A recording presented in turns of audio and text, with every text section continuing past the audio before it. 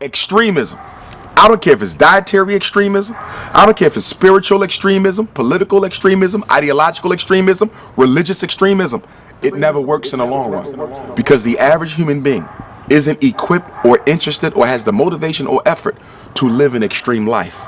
So if we want to bring veganism and vegetarianism to African people, let's do it in a very realistic, practical, and patient fashion. Let's get away from the all or nothing proposition because we're going to lose more than we gain.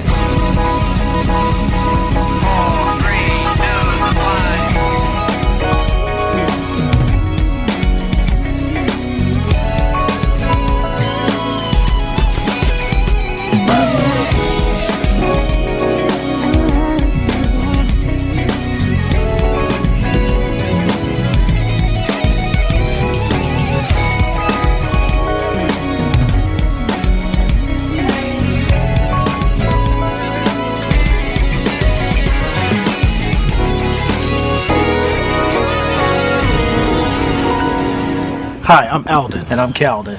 And we have the privilege of talking today with one of the great advocates for black people, Dr. Umar Johnson. I'd like for you to start by, first of all, telling us a little bit about yourself. Not as if everybody doesn't know you already, but Sure. just to give a little background knowledge. Certainly. I'm Dr. Umar Johnson, Doctor of Clinical Psychology, a certified school psychologist, certified school principal.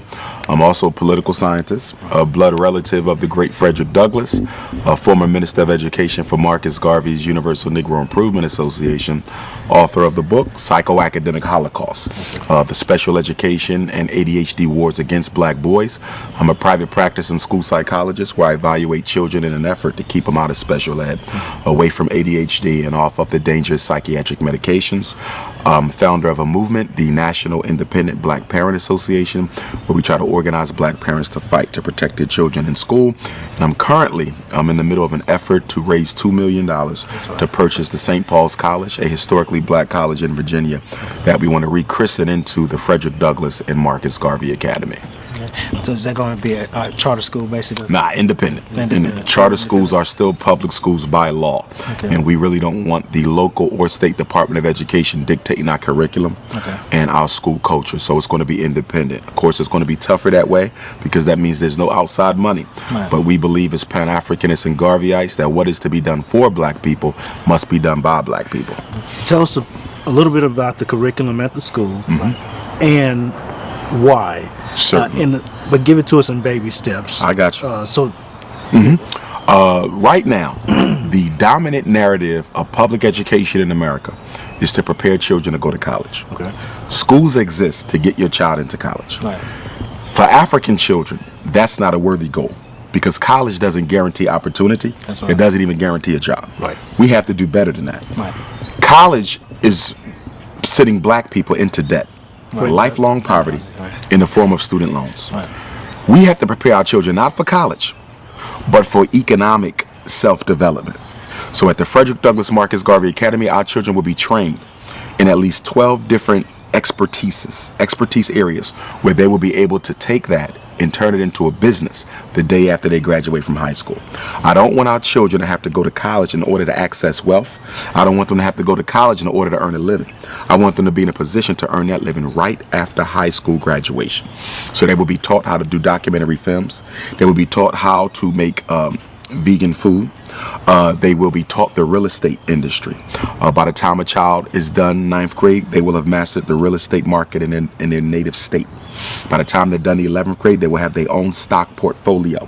By the time they're done their third year of school, they would have already mastered multinational investments in stocks. Before they graduate, they will know how to do their own taxes. So we want to make sure that they are economically sophisticated and economically adept because the top 1% richest people in America never went to college. Not only did they not go to college, most of them live off of unearned income. Right. So while we're slaving, they're sleeping, making more money in their sleep than we do on the job. Yeah, Passive income. Segue into the income. You talked about agriculture in that segment just a second ago. You talked about agriculture and the economic independence of agriculture. Besides agriculture, what are some other avenues? You just talked about documentary and things like that. For Tourism. okay. Black people spend a disproportionate amount of their disposable income on tourism. Bob Johnson sold BET to Viacom in 2000 for $2 billion, I believe it was. He did that because he wanted to go into tourism. He believed he could make more money in tourism than he could with BET. The problem was racism kept him from getting into that particular industry the way he wanted to. We want to teach our children how to capture those black tourism dollars. The amount of money that we spend traveling, flying, floating, but we don't own any commercial ships. We don't own any airlines.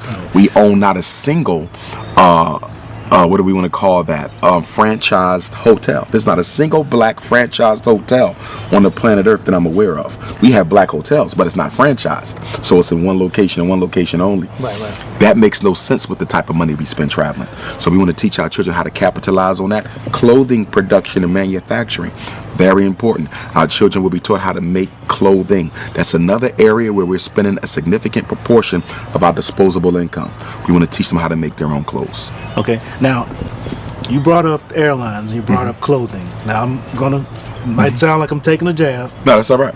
Tyler Perry just went in negotiation to buy an airline. You got Damon Dash. You got Shark Tank. Damon. You got blacks. Right. I'm leaning towards another question. Sure. Because you talk about it a lot of times about wealth of those that.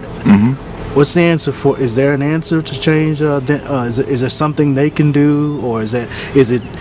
How do I put the question? Is it something there's a lot they can do.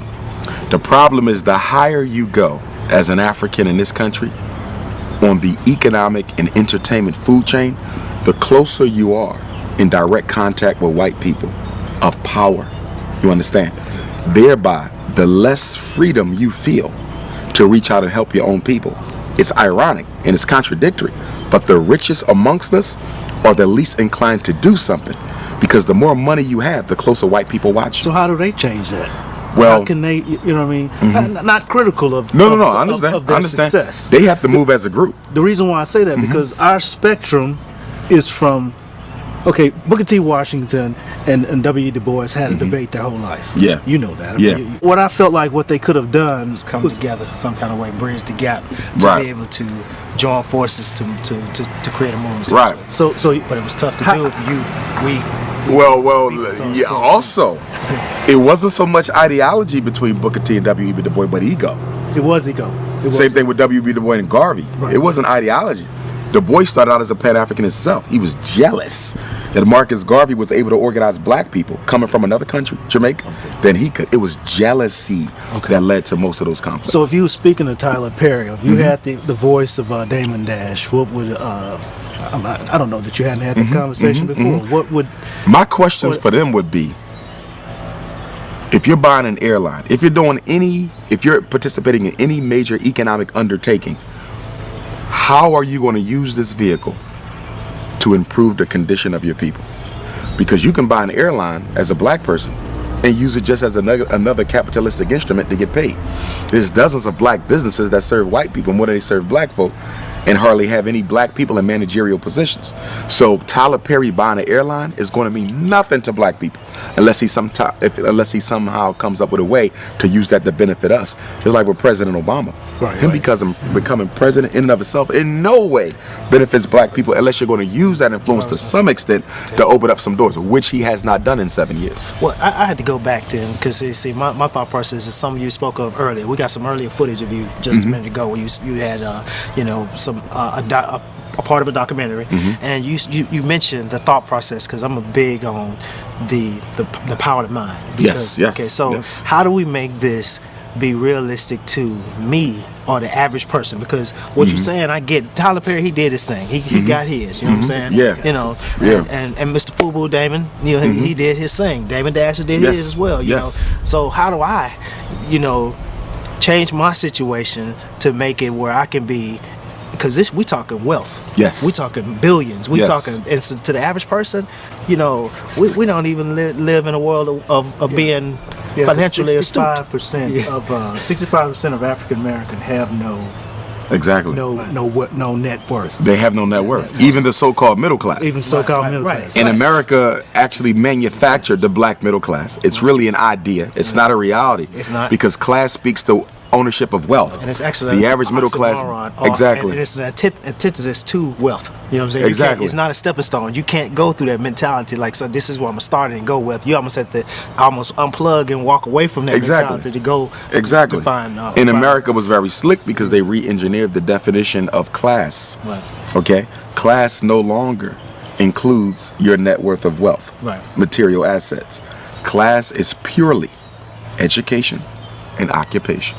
Right. That means a school teacher raising 4 children on her own at a $30,000 a year job, hypothetically speaking, because she has a master's degree in education and because she's a school teacher, she's considered middle class. Middle class, But when you look at the amount of money she takes in, times the amount of children she's raising, she's below the poverty line. But she's considered middle class because they took, you understand, net worth and income out of the definition of class. And it's only education and occupation. So what's the solution? So how do we get there? Well, here's the thing. We got to recognize that wealth is intergenerationally created. Most people who get rich don't get rich in a lifetime. Oprah, that's once in a while. Bill Gates, that's once in a while. Most people are intergenerational wealth. That means what? That if black people want to catch up, we have to start saving wealth and passing it to the next generation. Our biggest problem ain't that we're splurging. Is that every time we splurge, we're stealing from our descendants. You're giving them no inheritance to get started with. But the white child, they're starting out $100,000 plus, $1 million plus. And I think we have to become more strategic in the way that we do our health plans as well as our life insurance plans. Because what I'm learning with a lot of these white folk, a lot of them are getting their first, what you want to call a shock of wealth through the life insurance policy of their parents. We talk about that too. Yeah, Get a life insurance policy. Yeah, so there's so many different strategies towards wealth that we're not even thinking about because black people, our selfishness, it's also based on our, what you want to call it, emergency consciousness, survival instinct. We're only worrying about our life. We do not think about those who come after us. Now, you got to realize now, when we got out of slavery, white folks been already building wealth for a couple centuries. Right. We started behind the 8 ball. Okay? So you got to play catch up. How do you catch up with somebody who's 100 yards in front of you? You have to run faster than they are. That means we have to sacrifice our spending habits more than everyone else in order to catch up. How does a people who are at the bottom waste money more than people who are at the top? So not only are you not catching up, you're not even thinking about it, trying to catch up. This is good, and we got 1,000 questions, and we know you got a flight. We appreciate the time. Thank you. No problem. One fat, meat, juicy point. What would it be before you go? I would say that we have to build our own schools. Everything we're talking about, the only way it becomes normalized, the only way it becomes a part of the collective black consciousness is if the children are raised with it as a group. Remember, all progress is group work. It's teamwork. That means we need all the children in Jackson to be taught the principles of financial empowerment. All the children of Jackson to be taught how to eat healthy. All the children of Jackson to understand what black family means and why it's so important. Until then, it's just a specialty. As we spoke earlier, diet being a specialty, wealth is a specialty. Think about it. If you're black and you're in the know about money and the laws of finance, you are a specialty. You are an eccentricity. You are an oddity. That's a problem. Because for white people, gaining wealth is a regular part of their everyday conversation. Even poor white people are regularly talking about wealth. Black people don't discuss wealth at all. We have to move it from the marginalized status it has and make it a mainstream topic of conversation. Is there an answer? I know you can't just drop a 2-second answer. No. Here's what I would say with the unity. Again, unity has to be incorporated into the collective consciousness, which means children have to be socialized to unite with one another. Remember, our kids are socialized to disunite. As a principal, right? I've had first graders, 6 and 7, talking about how black your skin is, how cheap your clothes is, how nappy your hair. You're 6. This your first year in school. How do you know all this? The parents. We are teaching our kids to be Negroes. So the only way you're going to undo that is to teach them to be Africans, which is why I want my school to be residential. Because I know sending them back to the same house that created the illness after school is going to undo everything I do from 8 to 3. You got the kids for 16 hours. I got them for 8. I can't win. Because the brain is the creature of repetition. Whoever gets to this the most will rule it. What did Adolf Hitler say? Come up with a lie Keep on telling the lie. Be consistent with it. It ain't got to be the truth. But the brain cannot resist the temptation to believe something that is regularly presented before it. Repetition wins. We give our kids to white folks for the first 18 years of their life, then we want to remake them into Africans for the rest of their life. That's ridiculous. The formidable years of conditioning is birth to 12. The formidable years of conditioning is birth to 12. We give that to white people. And then when they turn 21, they already have habituated. They already have a personality. They already got hard habits.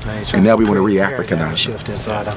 Who does that? What people have ever gotten free, giving the best years of their children to their oppressor, the manipulator?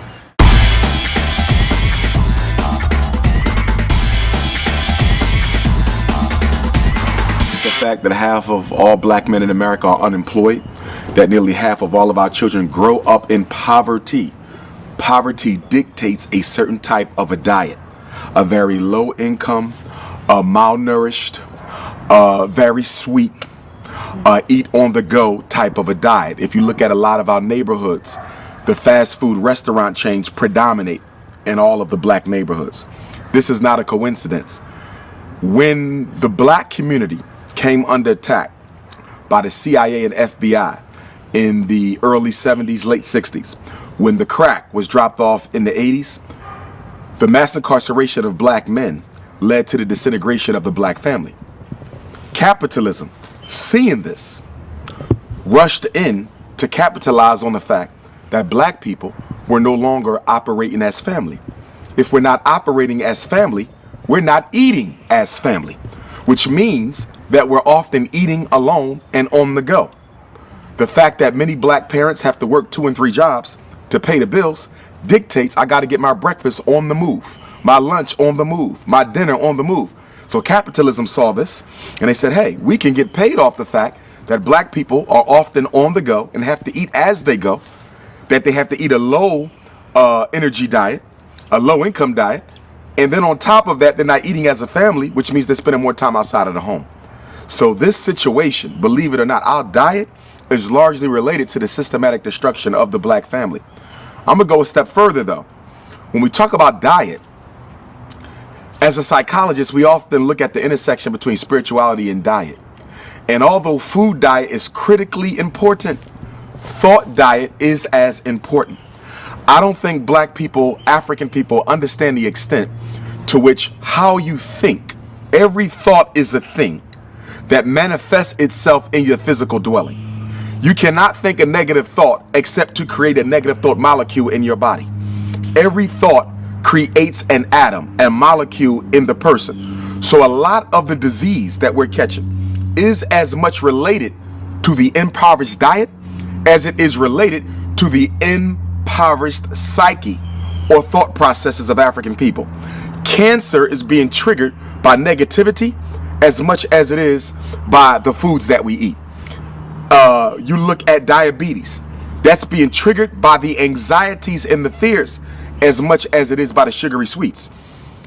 One of the things people have often pondered, they say, well, how can we have vegans or vegetarians who are still coming up with cancer and they eat no animal products whatsoever? How do you explain this? With no trace of cancer in the genetics, so it's not inherited. You have to look at the spiritual diet and the thought diet. You can eat well, but that's only one aspect of reality. You have to think well, you also have to live well. And we tend to isolate these. Psychology over here, food over here, lifestyle over here. That trinity of lifestyle, food, and thought, or spirituality, is 3 aspects of the same reality. If you take care of one and neglect the others, you'll end up just as sick. I also believe that no matter how poor we are as African people, we can improve the quality of the food that we eat by educating our parents on how to prepare it for themselves. Okay, community gardens, and not only that, now the technology is such that you can grow crops in your house if you have the right technology. I know several Africans who have the farm indoors because they live in a place where they don't have access to land. So there's so many different ways we can improve the health of African people through education and opportunity. I think that's one area that we have to become more sufficient at. I think there's one area where our scholar warriors who are very adept at that type of science really have to step up and start giving back a little bit more to get our people on the right track.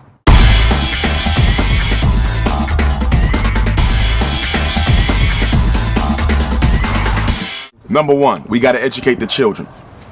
it's going to be difficult to make any lasting change to any people or any community if that change is not normalized into the culture. Right now, eating healthy is still a marginalized area of activity for black people. It's it's an eccentricity. It's a specialty. Eating healthy is a specialty amongst black folk. That's a problem. Because if it's a specialty, that means most people do not do it. We have to normalize it.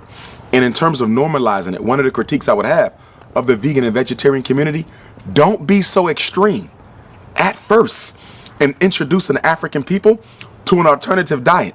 A lot of our people are being influenced away from going holistic because the holistic practitioners are coming at them with an all or nothing proposition. You cannot give a baby solids. You got to feed them baby food. Don't tell them that they can only eat these types of vegetables. Don't tell them that they can't eat no animal products at all. Slowly grow them. Meet them where they are. Slowly wean them off the meat. Slowly wean them off the fish. And take them from that stage all the way on up. I think we're being too aggressive in our intent to improve the health of our people. And it's not improving them at all. Improving the health at all. Extremism. I don't care if it's dietary extremism. I don't care if it's spiritual extremism, political extremism, ideological extremism, religious extremism. It never works in the long run because the average human being isn't equipped or interested or has the motivation or effort to live an extreme life. So if we want to bring veganism and vegetarianism to African people, let's do it in a very realistic, practical, and patient fashion. Let's get away from the all or nothing proposition because we're going to lose more than we gain.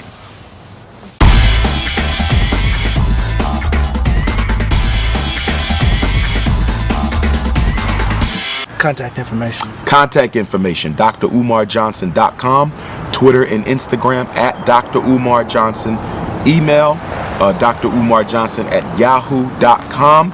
Please think about joining the National Independent Black Parent Association, Special Ed Committee, School Finance Committee, School Discipline Committee, Policy Committee, Social Support, Homeschooling, and Parent Advocacy. NIBPA, aka Black Power, and Power stands for Black Parents Organized Against White Educational Racism. Black Power. Okay, thank you for spending time with us. Thank you. It was too many topics. We could spend hours talking to you, but so we really Thank you. Thank you. Appreciate it. Appreciate you. Hopefully we'll get to work together. Yes, sir. Sure. Hopefully Sure. we'll get together. Let's do that. All right. Thank you, sir.